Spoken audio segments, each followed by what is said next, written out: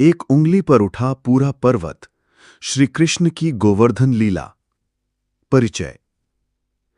ये कहानी द्वापर युग की है, जब भगवान विष्णु ने धरती पर श्री कृष्ण के रूप में जन्म लिया था।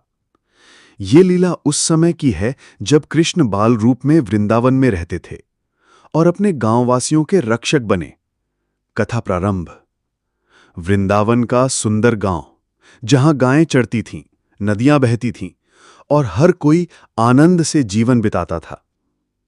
वहां के लोग हर साल इंद्र देवता की पूजा करते थे ताकि अच्छी वर्षा हो और फसलें लहराएं। लेकिन एक दिन कन्हैया ने गांव वालों से पूछा, हम इंद्र की पूजा क्यों करते हैं? हमें तो गोवर्धन पर्वत, गायें और अपने परिश्रम की पूजा करनी चाहिए, वही हमें फल देते हैं। गांव वाले पहले तो चकित हुए, लेकिन कृष्ण की बातों में गहरा तर्क और भक्ति थी। उन्होंने पहली बार इंद्र की बजाय गोवर्धन पर्वत की पूजा की।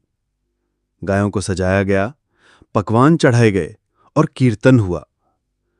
इंद्र का क्रोध। इंद्रदेव को यह अपमान सहन नहीं हुआ।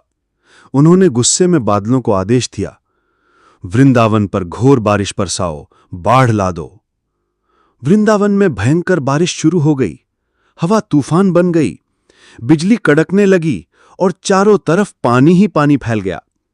गांव वाले डर के मारे भागने लगे, जानवर कांपने लगे और सभी श्री कृष्ण के पास पहुंचे। तब हुआ चमत्कार। कृष्ण मुस्कुराए, एकदम शांत।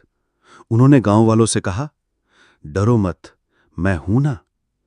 और फिर उन्होंने अपनी छोटी सी उंगली पर पूरा गोवर्धन पर्वत उठा लिया, ऐसे जैसे कोई पंख उठा ले।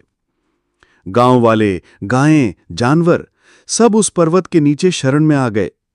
7 दिन और 7 रात तक बारिश होती रही, लेकिन किसी को कोई नुकसान नहीं हुआ। इंद्र का आत्मसमर्पण। जब इंद्र को अपनी गलती का एहसास हुआ, वो तुरंत कृष्ण के चरणों में आकर माफी मांगने लगे। हे कृष्ण, तुम तो साक्षात नारायण हो, मैं तुम्हें नहीं पहचान सका। कृष्ण मुस्कुराकर कहा, सच्ची पूजा शक्ति की नहीं, सेवा और प्रेम की होती है। समाप्ति।